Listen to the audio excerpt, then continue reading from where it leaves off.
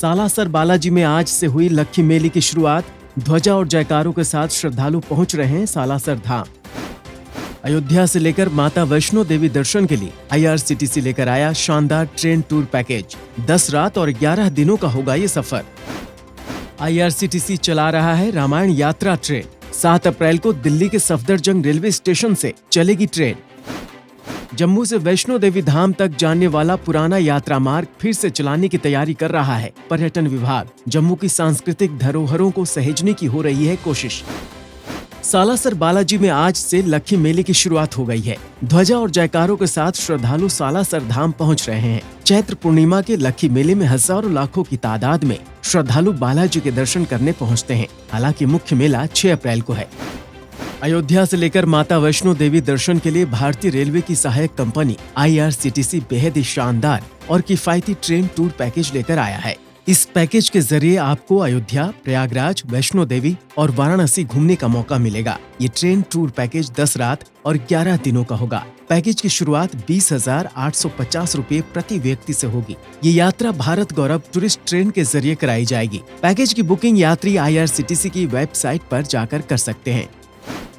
जम्मू से वैष्णो देवी मंदिर के लिए जाने वाले पुराने यात्रा मार्ग को पर्यटन विभाग पुनर्जीवित करेगा। नए रूट के बनने के बाद इन रास्तों का सार्वजनिक उपयोग कम हो गया था। पर्यटकों ने भी रास्ते का उपयोग न होने के कारण इन रास्तों पर पड़ने वाले मंदिरों में जाना भी बंद कर दिया था। पर्यटन विभाग इस काम से एक पंथ दो काज करने जा रहा है। इस मार्ग पर श्रद्धालुओं के आने के बाद न सिर्फ जम्मू की संस्कृति को संरक्षित किया जा सकेगा, बल्कि यहाँ ठप पड़ चुके व्यापार को भी सुचारू बनाने में मदद मिलेगी।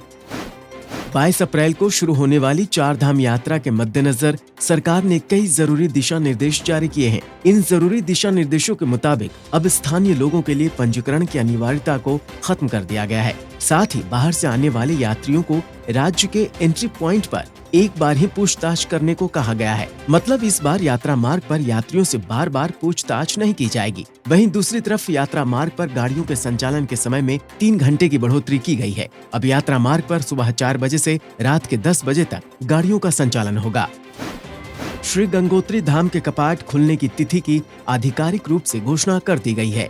22 अप्रैल को पूरे विधि विधान के साथ गंगोत्री धाम के कपाट खोल दिए जाएंगे। 21 तारीख को मां गंगा की भोग मूर्ति गंगोत्री के लिए प्रस्थान करेगी। वहीं तिथि की घोषणा के साथ ही गंगोत्री धाम के लिए भी रजिस्ट्रेशन की प्रक्रिया शुरू हो गई है। अभी तक सिर्फ केदारनाथ और बद्रीनाथ धाम के लिए ही रजिस्ट्रेशन चल रहा था। इस बार से श्रद्धालु गंगोत्री धाम सहित बाकी तीनों धामों की आरती अब घर बैठे देख सकेंगे। इसके लिए पर्यटन विभाग प्रसाद योजना के तहत मंदिर में हाई डेफिनेशन कैमरे लगाने जा रहा है, जिससे 4 धाम यात्रा के दौरान हर दिन उत्तराखंड पर्यटन विभाग की वेबसाइट पर आरती का सीधा प्रसारण होगा।